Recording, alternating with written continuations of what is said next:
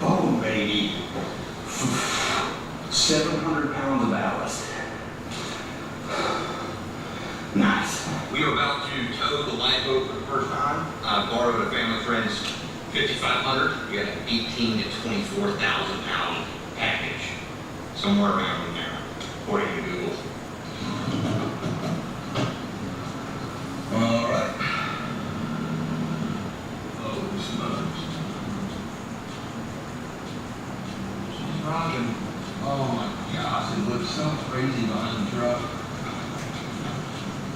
It's huge.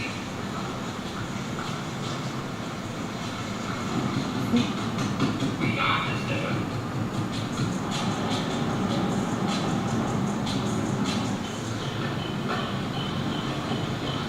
Yeah, so some random dude hired me to pull a lifeboat to there. I can take it back to the marina. You want? Mr. Daniel? I do not have a good feeling in my tummy right now.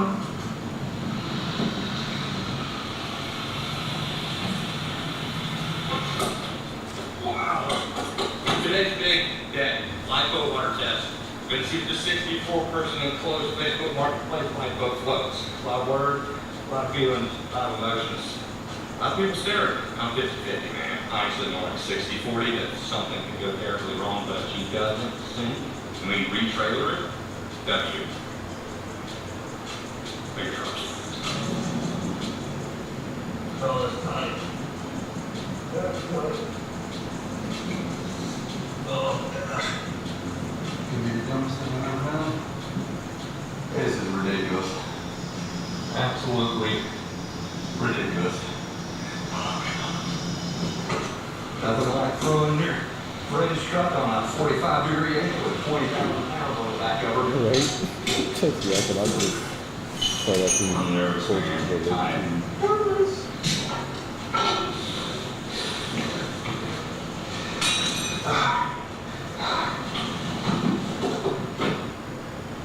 Come on, girl. Please float for me. She's in her in the water. Oh, smokes. I don't know if this ramp is gonna let us get off the trailer.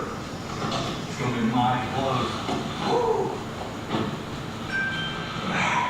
We're so close. Kind of a match penalty answer too, which is pretty big deal for where I live. A lot of people out here. I think if I put you in the truck, move the camera here, I'm gonna be in the boat. Just have you show me in.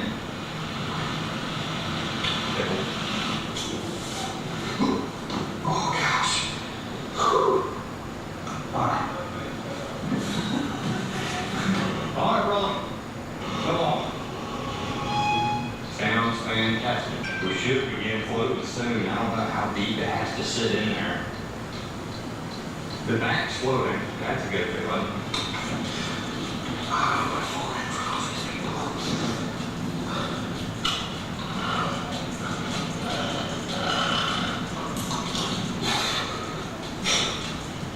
Good morning.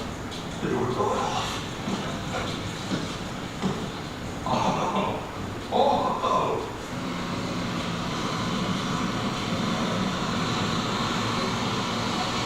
Good Lord. You don't notice how big that trailer is, still comes out of the water. See if there's any water coming in the bottom of the boat.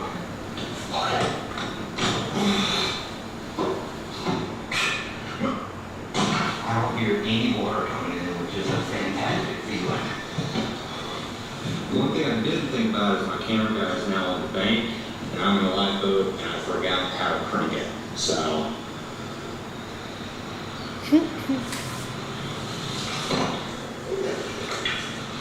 That's not good much. Glowingly. And that's on.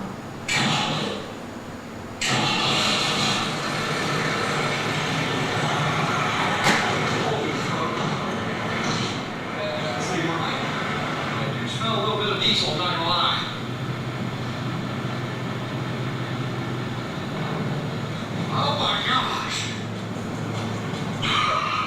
Baby moving. It's so weird steering.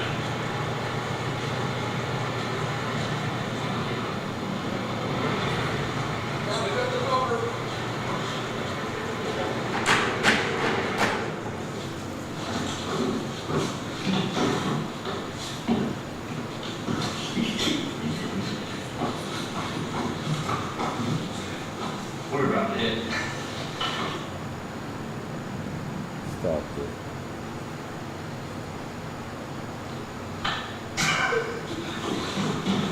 Stop.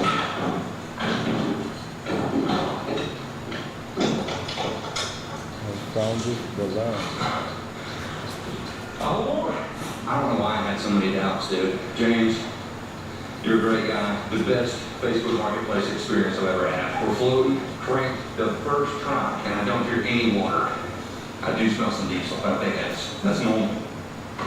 We're going with that. We're gonna crank it up one time, take it on one big loop, then trailer it up. Fingers crossed. Nothing happens.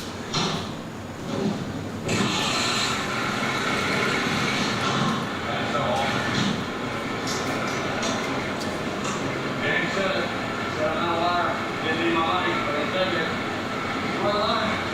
So we got our throttle box steering wheel, which is super tiny. We got our temperature, our oil, in case anything goes wrong. We got a speedometer, our RPM gauge. I do not see a gas gauge. I'm just hoping there's enough in here for one big loop. Come on, girl, turn. You have to spin it so many times to turn it.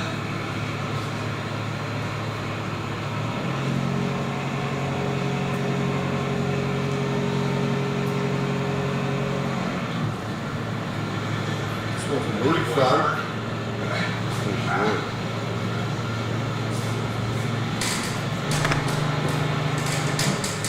So the dumb shit I'm into. So this is the dumb shit I'm into. The man found a survival boat on Marketplace and bought it. And put it back in the water. Try and get it back in the water.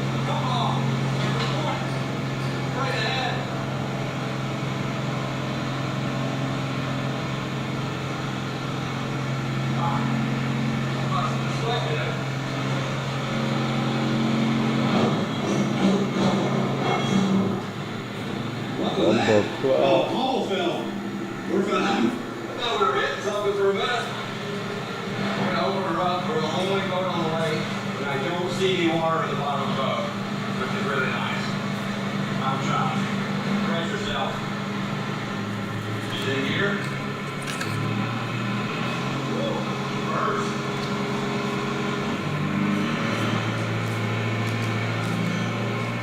All right, RPM's at the 20.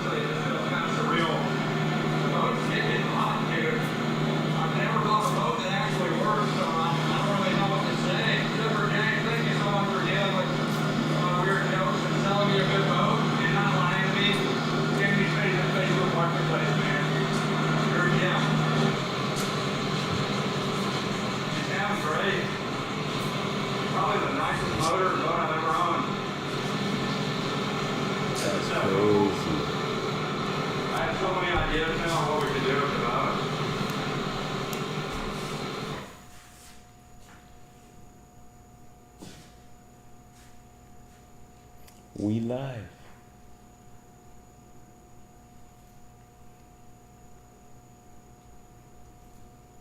Evil and corrupt cops are everywhere. Oh shit. Right? Hey everyone, Micah here with ebikeschool.com, and there is a micro electric car in this box, apparently. A few months ago, someone from China reached out to me, and I guess they had seen my electric mini. Today is a very, very big day. Two momentous things are happening as we speak. One, we got the shades. The shades are back. Well, yeah. This is well and truly the biggest video I've ever made, not only editing wise, but also physically and mentally. This mechanical house shed build you're about to see took us at least 6 months to complete at a rate of 2 days of 10 to 5 work hours per week, on top of work. Portions of the build were done by myself and my dad. I, for one, had just about zero experience in building. My dad, he had a bit more experience, but look, compared to a qualified builder, it was almost nothing. Even our terminology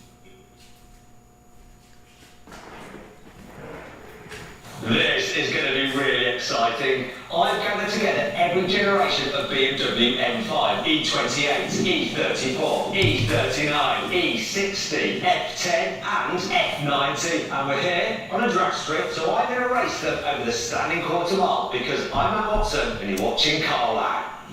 Buy, sell, car. Wow. The way we're going to run this drag race is to do it in heats of 2 cars going head to head, and winner stays on. We're obviously going to start with the 2 earliest cars. We have an E28 there, and ourselves in the E34. So let me tell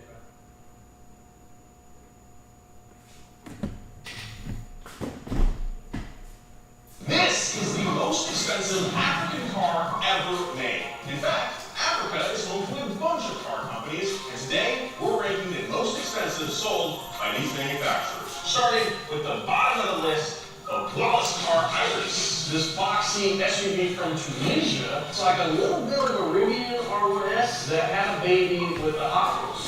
Or a better boxy Jeep Renegade mixed with a Patriot.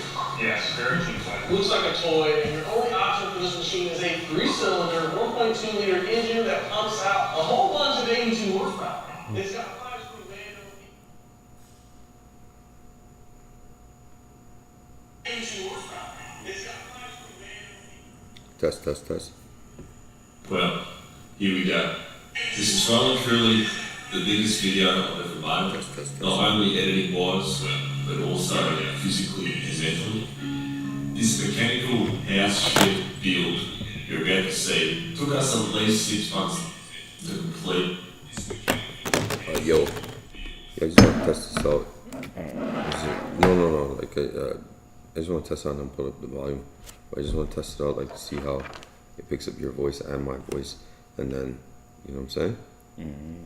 And then see how it sounds like with the TV on. Even our terminology After that, building you know what I'm saying? materials Still picks us up. was very basic, let alone the actual skill and handle of stuff itself. In this build, I'm also going to show you the obstacles we had to overcome, so hopefully you guys can learn a bit from it too. And to gain an idea of what it actually takes, if you want to build something similar in series. So yeah, from build, there's also to learn mid-road, plumbing, and more. With all that in mind, it was already going to be hard enough as it It was. looks like a charm. But then you put some angry old neighbours threatening legal action because of noise into the mix.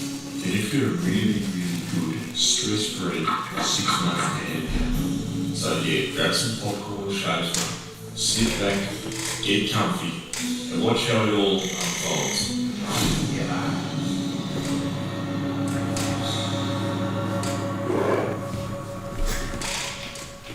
Here's where it all started.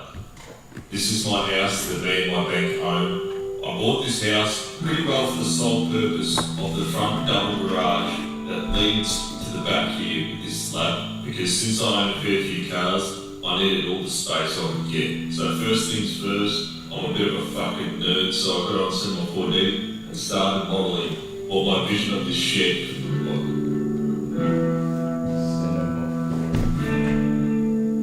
Is it Cinema 4D? Cinema 4D? Yeah, that's what he said.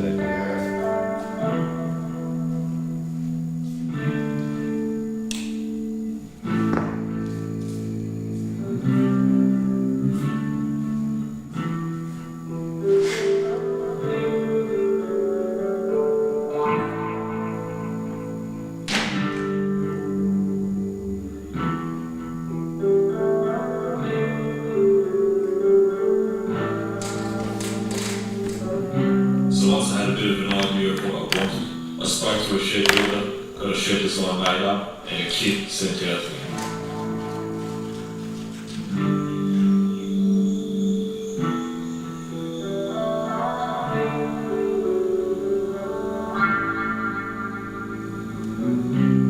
Just a side note on the neighbours. You know, at this current point in time, me and my neighbours got along just fine. I thought they were both very nice. This elderly Spanish couple. You know, I had some interactions with the old man, and you know, he was a pretty nice guy. I thought, yeah, you know, he was alright. Yeah, you know, we waved to each other every time we saw each other and had a little chat. He told me about his life, how his sons were into cars, and how he used to have a motorbike. And yeah, so that's how it began, at least. Yeah, you might not notice so much on the video, but this slab is actually quite a big slab. And since this shed is going to require a building permit, the council is not going to like that. And because I was informed I had to get some concrete footings placed into the existing slab, estimated at $2,400. Little did I know, I was about to get fat in the ass. What is this? I don't know, some guy's building like a shed for his cars and shit. Custom built shed, pretty much. But apparently his neighbors are complaining.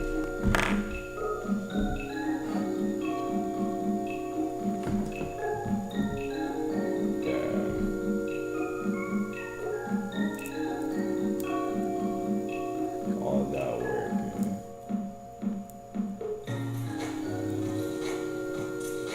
Trust me.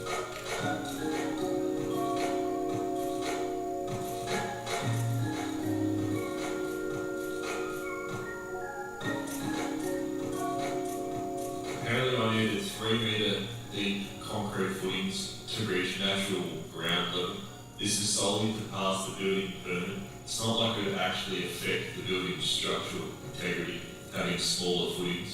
Like the shed could have been just built on this existing slab and it would have been fine. That's coming from a professional concreter, not me. But yeah, council.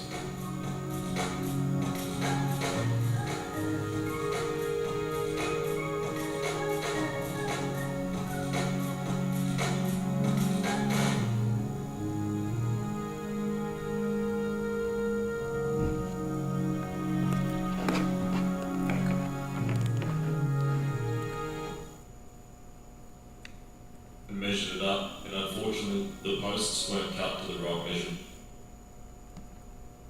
The main structure was up, but as you may notice, it is quite thin compared to what we wanted in the vision.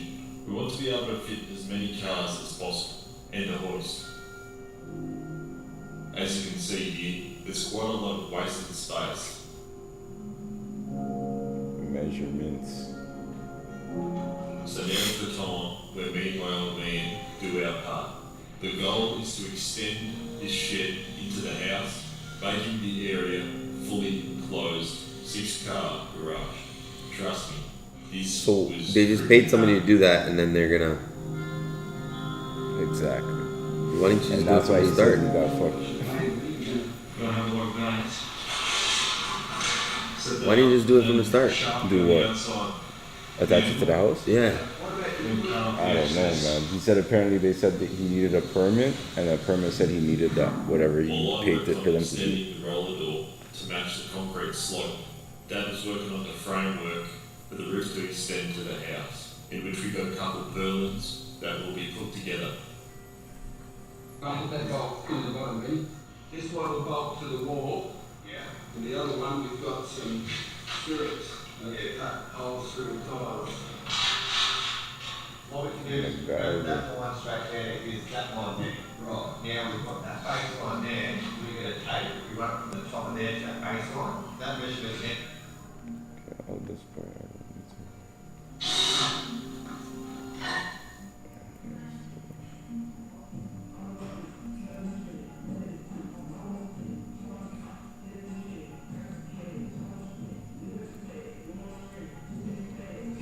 Perfect. I don't think it'll make the issue. Right, let's finish it off.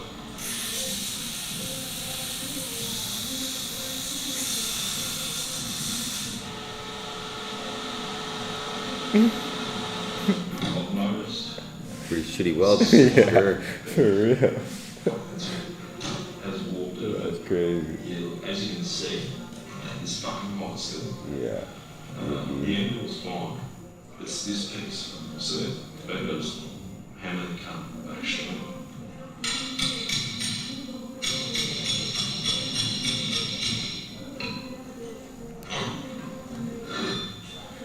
Try it.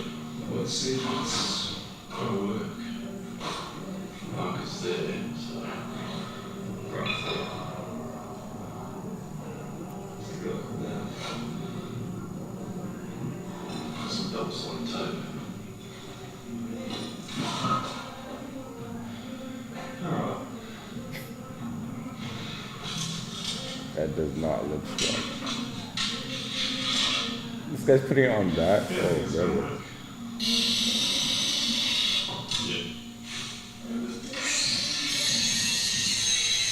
So Will suggested that I added a support bar to the bracket. Just to say, maybe not even an end with this amount of weight that's going to be on it, but yeah, it did it anyway. Yeah, that's what I'm saying.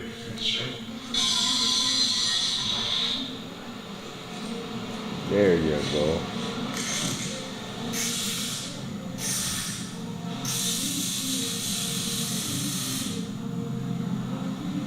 Okay. So now we just start welding for real. Yeah. Build little go-kart chassis ourselves. Make some homemade go-karts. We'll make them fast as fuck.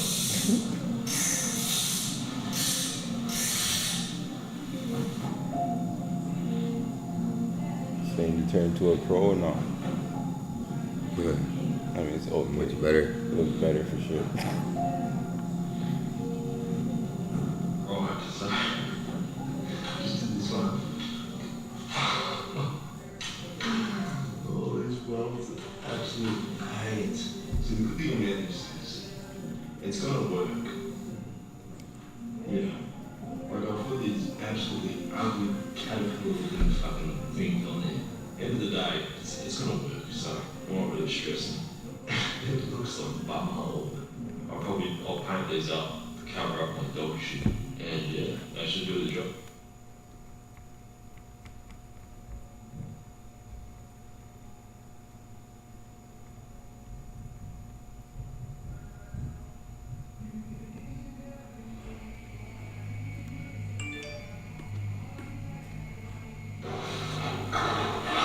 Yeah, it's alright. No complaints as well. You don't want to have to stitch like that much every, because like, you don't hold it, can't you? Yeah, if you want. I remember you saying that, but I think I just did pure practice. I was like, yeah, let's keep going. That's not how they go strong. Yeah. Yeah, that art idea you had was good. Yo, these guys are outside at the door? Yeah. Oh shit. I thought I was watching a video from. That's what I thought I was watching a video.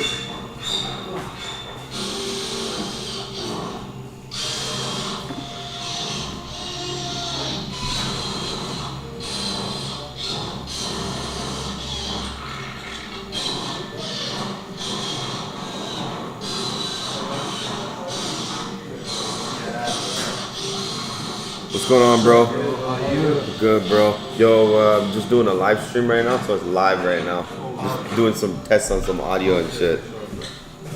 But come have a seat, bro. Yeah. How's your day, bro? What's good, bro? Just came from work. Okay. Straight from work. Shit was getting there. Actually, I only see yesterday was his name right now. Learning a bunch. We're starting to feel pretty confident we can pull this off. However, this It's is where always that that fucking clip took neighbor. place. I was just mowing my lawns at the front, and you know, I saw the neighbours. Some guys are building a garage to like store his cars.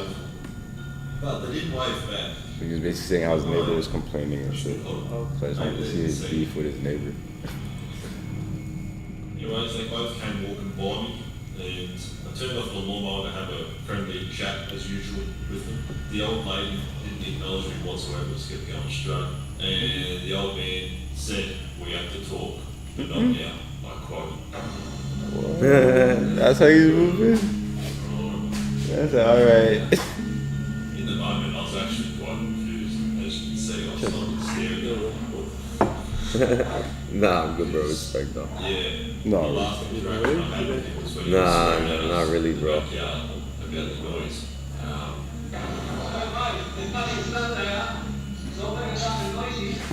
Yeah, and I realised this is about the noise, isn't it? Oh. Noise once or twice a week during legal hours. Messenger and leave it up.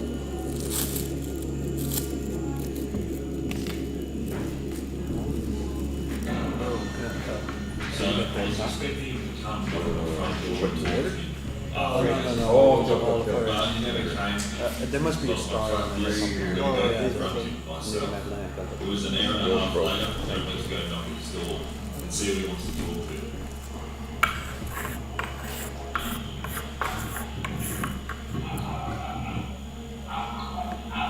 I tried my best to translate it. It's very hard to understand his accent, but I'll give it a crack.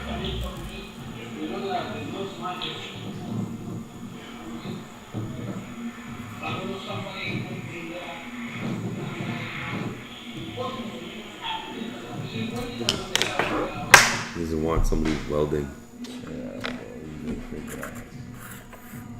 What a fucking goof. That's not what I expected. I think he was building like a sick, massive shed or something. Basically, my guys or something. Evil and corrupt cops are everywhere. But what happens when they actually get caught? Because they actually get caught. Yeah. When evil cops realize they're going to prison, starting out with Detective Michael Neely, who was found in a hotel room sitting on top of his police chief's dead body. Mike and his chief, John Miller, were away for a conference, and one night the two went out looking for a couple of drinks. But after a long night of drinking, Mike woke up in police custody and was immediately taken to the very same room he'd been interrogating suspects in for the last 10 years. But this time, it wasn't him asking the questions.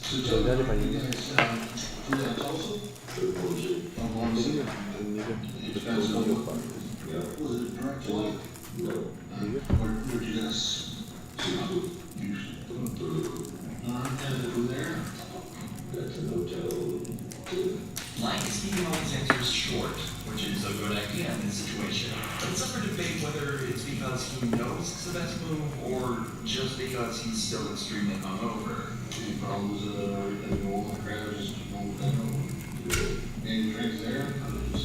Yeah, it was a triple beer. Was it a early dinner or late dinner? Pretty early. It was a full beer with our day. Tell me what you gotta do, what you gotta make those up.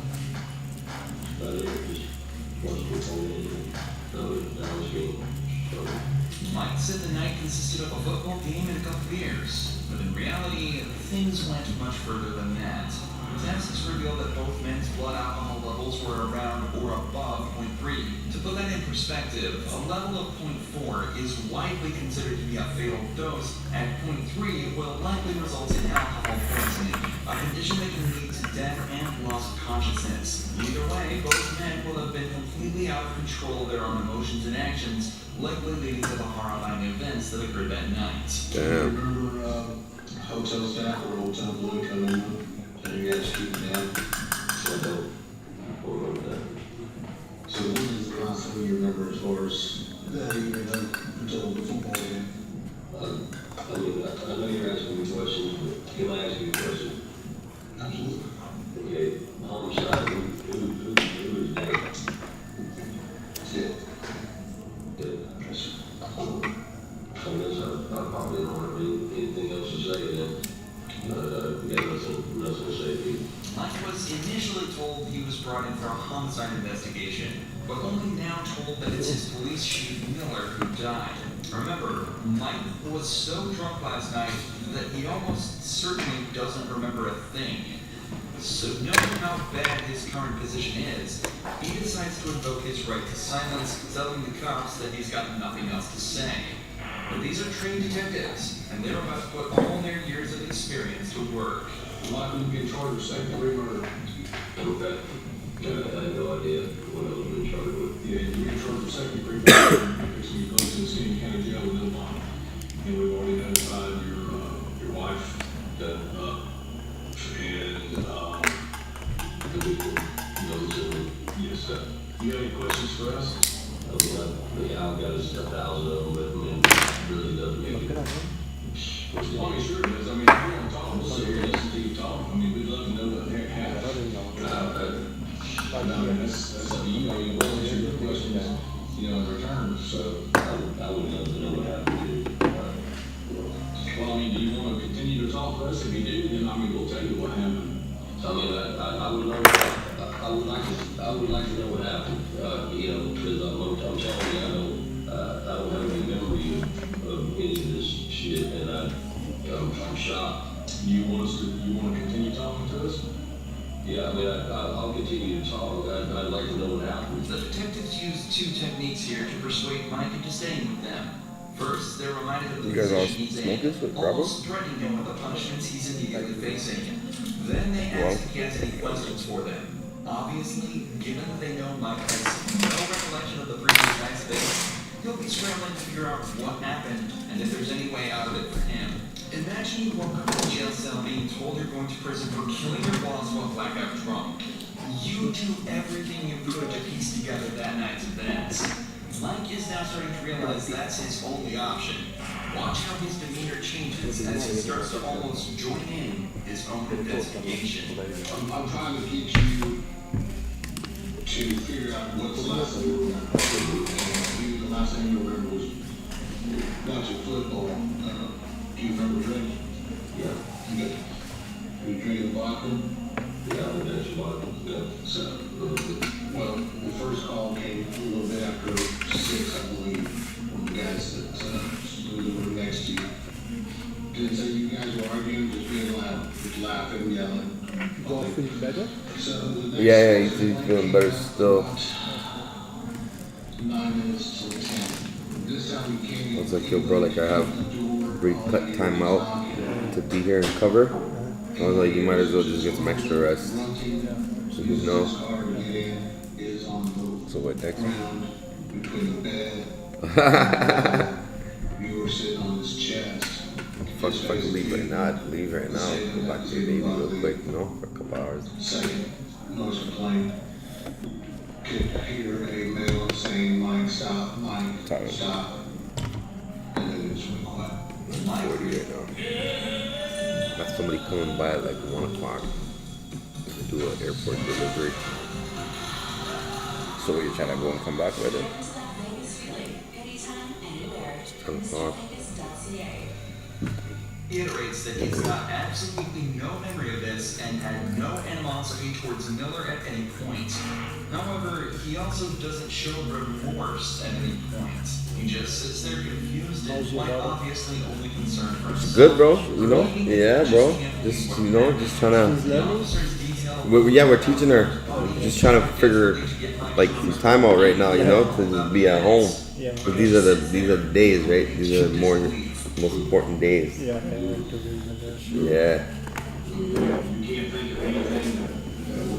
It's good to have a child. Of course, bro. It's such a blessing, especially if you're able to. Yeah, exactly. Yeah, 100%. You got any questions for us, Mike? But the first step is to find the right one. You know what I'm saying? Special housing over there, so that you're not right there with the property and stuff, right? And protective custody. You're not holding on yourself or anything, are you? No. Michael Neely was indeed booked into jail and subsequently sentenced to life in prison on account of second-degree murder. But Michael took all this news surprisingly well. He just sat there and accepted his life was basically over. He contacted the detectives of the police captain. Captain James French was caught drinking and driving and followed home by an officer. What followed was one of the most brazen examples of police corruption ever caught on camera. Back in the car.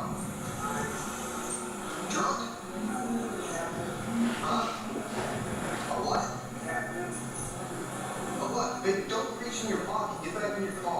Have a seat. Been drinking tonight? I just arrived. You've been drinking tonight, sir? I'm a captain. What police department? What police department? Oklahoma City. What division? Investigation. How much you had to drink tonight, sir? Investigation. Yo, bro, you know the papers are we left This it guy isn't there. just drunk. He's absolutely People there? hammered. I don't To the know. point where he thinks the camera can't hear him These whispering. are very good Despite guys. the These captain's are the only ones opinions, over here. the officer Yeah, that makes refuses sense. to turn off his camera and Yeah. continues with the investigation. Go ahead and step out and hit me. Leave this on the trailer, bro. Yeah, bro. Kid. How much you drink tonight, sir? How's that poker game? Uh-huh. Because you're swerving all over me. You make a shout, you're hitting use your signal. I'm sorry. How much you drink at your poker game? You know how much? Not much. How much is not much? I don't know. Beer, liquor. How many beers? 3 or 4. 3 or 4. It's How long was wasted. that? It's been going on a while. How long ago did you drink your last beer, sir? What time is it now? It's 0140. Midnight. You think you should drive it? No, I came from Fort Watts. Your mom lives here. I live here. You live here? Yes. Forward to the rear of your vehicle. You got weapons or anything on you? I do not. Those must have been a strong few beers. It's not only was he stumbling over his words, but apparently also swerving across both lanes on his way home. The captain is then searched and told to stand in the open where he's tested on his balance and sobriety. Hands down by your side, please. Look straight ahead. You see the tip of my pin, sir? I do. Once you follow the tip of my pin without moving your head around. Come over here. It's a little more light. First, I'll demonstrate. I want you to stand with your feet together, hands down by your side, just like this. All right, sir. What's your name? Grant French. Man French. Mr. French, stand just like that for me.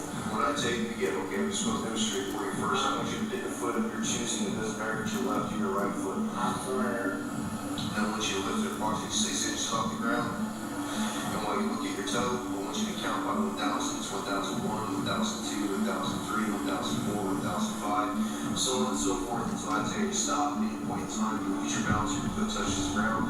Just go ahead and pick your foot back up and continue to count, okay? Do you understand these instructions that they explain to you, Mr. French? You made it, yeah.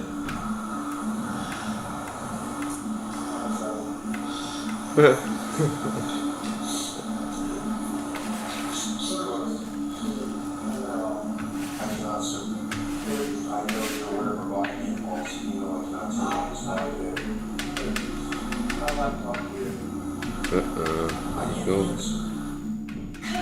With confidence. Save There you over go. 30% on the non-stick Curtis Stone Yeah, sheet these and people grill do with it, yeah. Duramax technology. He also got a This ticket summer today. starting July No way. 22nd. 3 tickets.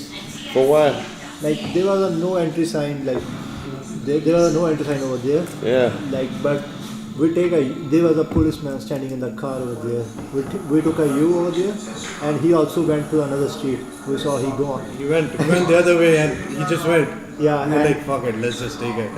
Yeah, because the Google map was showing just that route only. Yeah, but like- because we are dropping a food, we are doing a Uber Eats at that time. Yeah. We don't know like from where he came, and he came so fast. Like we don't even like walk a car for like 100 meters as well. That's crazy. But that's okay. Like yeah, but he got a like bad one here on me. Yeah, just one thing. How's that look on me? Okay, I'm not asking for that. Because I wouldn't do that for you, no. Even as the captain begs him to turn his camera off and just talk, the officer stands his ground and states that he has to treat everyone the same, or his job and livelihood could be at risk. He's showing a fantastic amount of integrity that unfortunately we don't get to see too often, likely due to people like this trying to pull rank. They then continue with the third and final test, involving simply walking heel to toe for 10 steps. Alright, anytime you're ready, you may begin. 1, 2, 3, 4, 5,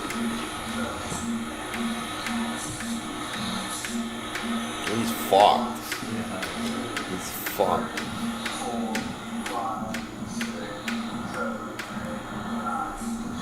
It's supposed to be 1,000. Or no.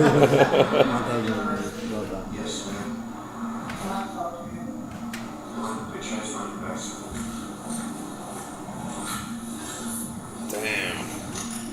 Now that the investigation is concluded and the purpose placed under arrest, the officer turns off his camera and returns the captain to the police department. Not only was he suspended from his position as Oklahoma police captain, but he was also hit with the regular punishments for DUI, likely amounting to a small fine and a few months in jail. A punishment that Stephanie Lazarus makes look like absolutely nothing. After decades of investigation, DNA evidence revealed that Stephanie was very likely the culprit of a murder committed in 1986. Because of the high-stakes nature of the case, the detectives made sure to meticulously plan this interrogation. Stephanie was a really successful detective herself, and she had recently received recommendations for her good work on that case.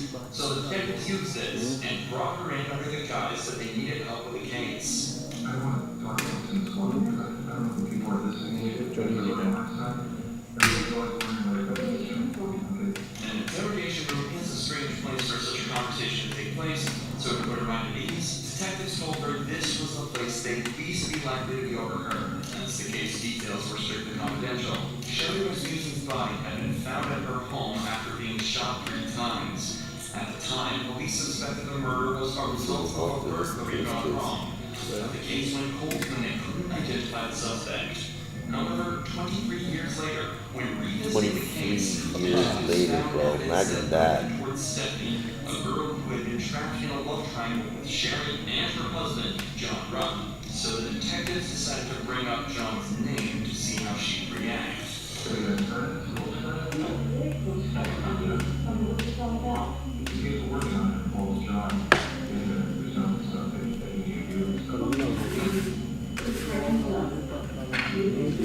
This is where it goes.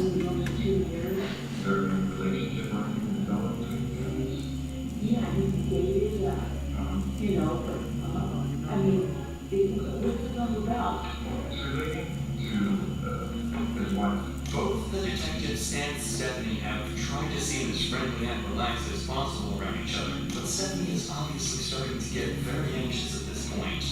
Even though the detectives gave a somewhat believable excuse, she's now in an interrogation room faced by 2 detectives being questioned about a girl she supposedly murdered 20 years earlier. Her breathing has become faster, and her language is offensive, and her movements have become more erratic. And if he doesn't claim that I'm a suspect, then, I got a problem with that. Okay? So, if you're doing this interrogation, you're saying, hey, I'm a suspect. Well, now I got a problem, now you're accusing me of this? Is that what you're saying? Obviously, you know about the case, so the nature of it. Because some cases nowadays, we ask you for a DNA swab, you give us one. Maybe. Because now you have probably need to talk to a lawyer. Stephanie chooses to provide DNA evidence, hoping her willingness to help out would ultimately prove her innocence. But, unfortunately for her, just 5 minutes later, the detectives decide they've heard enough and put her in cuffs. Months later, after a long and arduous trial, a decision was made by the jury. The jury, in the above trial action, finds defendant Stephanie Eileen Lazarus guilty of the crime of murder of Sherry Rasmussen. We further find the murder was of the first degree. Stephanie was sentenced to 27 years in prison after being hit with a single felony charge of first-degree murder. But to this next column, she went clear. A single felony charge was He gone like 2 years back for like underage. Right. Something like that. tips of a man had been engaging in sex with a local child. 2 months of investigation led directly to jailment and a mountain of questions that desperately needed answering. Yeah.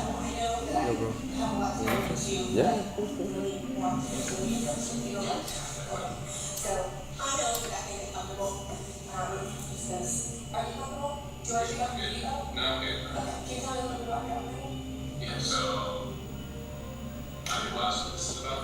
Yeah, so we're looking at some allegations that were made. We're kind of, it started with a stop report, so we're just kind of going from there. This is the type of shit that I fucking hate, bro. Like police officers that fucking take advantage of the law and the power, right? Because you see, like, positions give you power and money gives you power. You get what I'm saying? So you take the money out the question. Now we're talking about position of power, bro. It happens all the time, bro. Like, it's so disgusting to see that, you know, people take advantage of that position of power. As soon as the allegations are brought up, Jalen becomes visibly stressed. He becomes overprotective in his chair, clasps his hands together softly, and clenches his jaw. It's obvious he's worried about whatever he's about to be shown. The detectives have made it clear that he is not currently being detained and is free to leave at any time.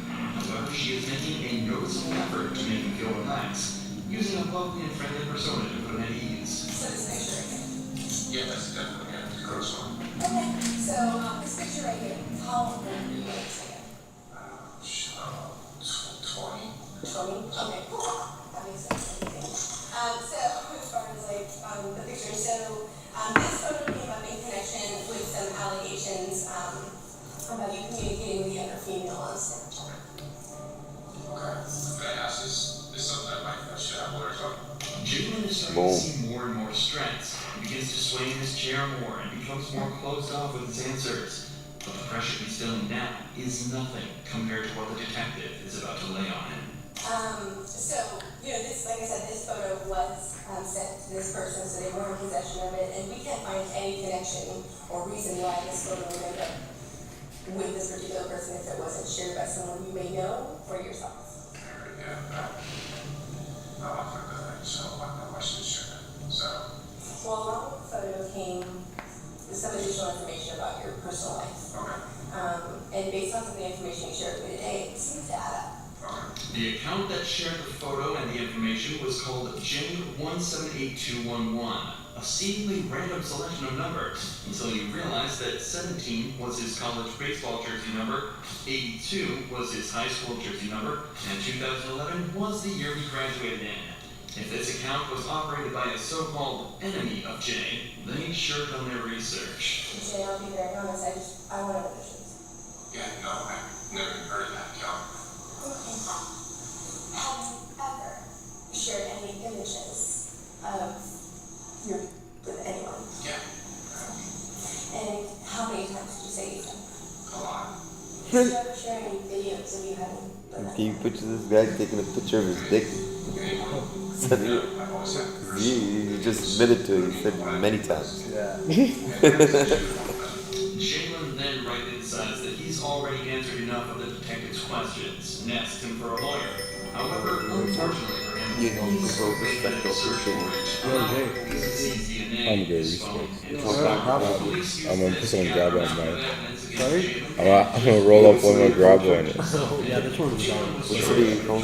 Yeah, respect. Appreciate it, lewd acts with children under the age of 14, pandering children under 16, and engaging in the child under the Both. age of 16. But what city are you calling from? Months later, he was sentenced to 12 years in prison, a fraction of the amount Obviously, granted looking for for a pickup or a delivery. investigation led to the shocking discovery of a crime committed over a decade earlier. Grant has been Yeah, apprehended on it's suspicion Unity. of murder, but the secret he was hiding would end up You making just him ring the so doorbell. desperate, he would try everything he possibly could to escape. On the 23rd of February, James Appleton had pulled into a parking lot on Ganridge Road to take a phone call with his brother-in-law. Suddenly, a loud banging sound was heard over the phone, and the line went dead.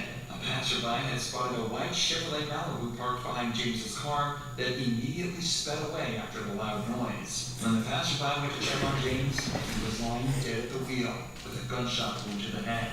Gateway, Arkansas is a small town of 400 people, so the owner of the Chevy was quickly determined to be Grant Harding, a 50-year-old police officer who had lived in this town his whole life. Later that night, Grant's vehicle was stopped at a police roadblock after taking his family out for dinner, and he was quickly brought in for questioning, but unfortunately for everyone involved, Grant's